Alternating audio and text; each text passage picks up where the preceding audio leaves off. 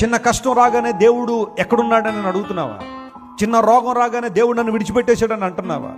చిన్న బలహీనత రాగానే ప్రభు నన్ను వదిలేసాడేమోనండి, ఆయనకి నేను ఇష్టం కాదేమోనండి విశ్వాసంలో బలహీనమైపోతున్నావా?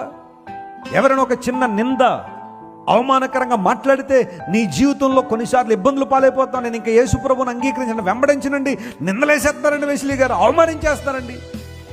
Is it a surprise? నీ మీద నిందలు వేయడం, అవమానించినది ఏమన్నా గొప్ప విషయమా?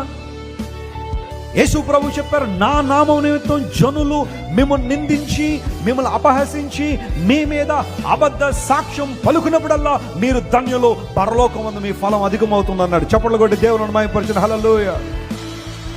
Don't be disappointed. Don't get worried. Your reward is increasing in the heaven of God. దేవుడు నీ బహుమానాన్ని ఏం చేస్తున్నాడు? ఆయన అభివృద్ధి పరుస్తుంది.